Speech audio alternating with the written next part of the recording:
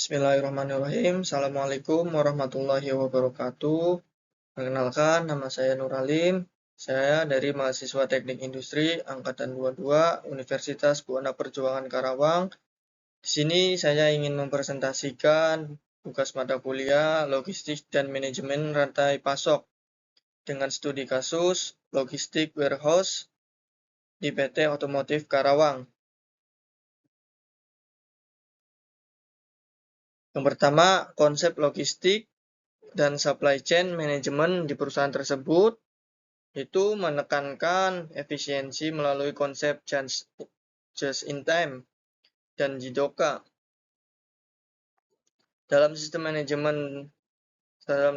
chain manajemennya, seluruh rantai pasok mulai dari pemasok, supplier, pabrik, produksi, hingga dealer terintegrasi menggunakan sistem digital dan penjadwalan yang presisi untuk mengintegrasikan supplier, pabrik, dan distributor menggunakan sistem Kanban dan RRP untuk kontrol real time dan mengutamakan efisiensi aliran material dan pengiriman.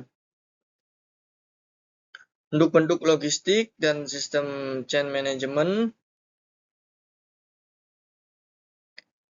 untuk inbound logistik atau pemasukan pengiriman dari pengirim part dari supplier menggunakan sistem Kanban. Jadi setiap part itu memiliki Kanban masing-masing agar memudahkan dan menanggulangi salah spek atau salah part. Untuk output logistiknya, distribusi itu outputnya yang dihasilkan adalah kendaraan yang didistribusikan ke dealer-dealer dengan dilakukan sesuai terjadwal. Untuk koordinasi sistem chain management menggunakan vendor manage inventory atau FMI. Untuk warehouse management di perusahaan dirancang untuk mendukung prinsip lean manufacturing. Untuk gudang dibagi menjadi receiving, storage, fixing, dan shipping area. Menggunakan sistem Kanban sebagai kendali arus rantai di gudang, barcode, dan RFID untuk pelacakan material. Dan pada gudang tersebut beroperasi dengan menggunakan sistem FIFO untuk menjamin rotasi material yang efisien. Selanjutnya ada inventory, manajemen, dan pengendalian stok.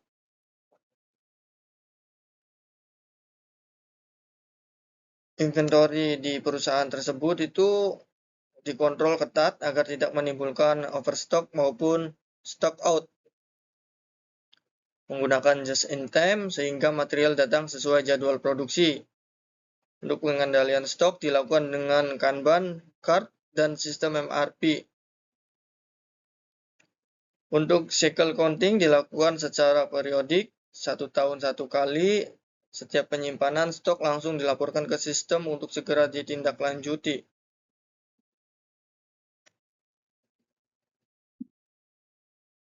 Berikut adalah contoh data pengendalian stok. Yang pertama itu nama part itu bolting atau nama komponen bolting door, kode part BHD 2456, safety stock 300, stok aktual 320, pemakaian harian 280, status aman. Begitupun dengan bracket door dan kode BRD 1120 dengan safety stock 500, stok aktual 420, pemakaian hariannya 480, status stok menipis. Dan klip panel dengan kode CLP 8765, safety stock 800, stok aktual 790, pemakaian harian 700 dengan status komponen aman. Seal rubber SRB 9090 dengan safety stock 600, stok aktual 580, pemakaian harian 610 dengan status harus recorder. Dengan nut washer dengan kode part NWS 3345, safety stock itu 1000, stok aktual 1020 dengan pemakaian harian 950, status part aman.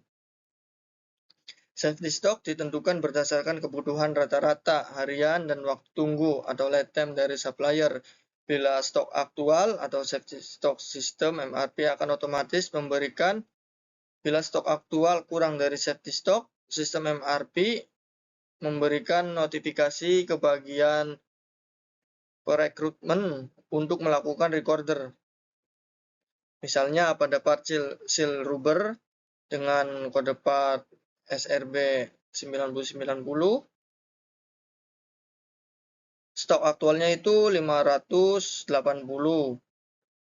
Sudah di bawah batas minimum safety stock 600, sehingga bagian pembelian akan segera mengirim proses order ke supplier. Berikut adalah storage dan layout logistik.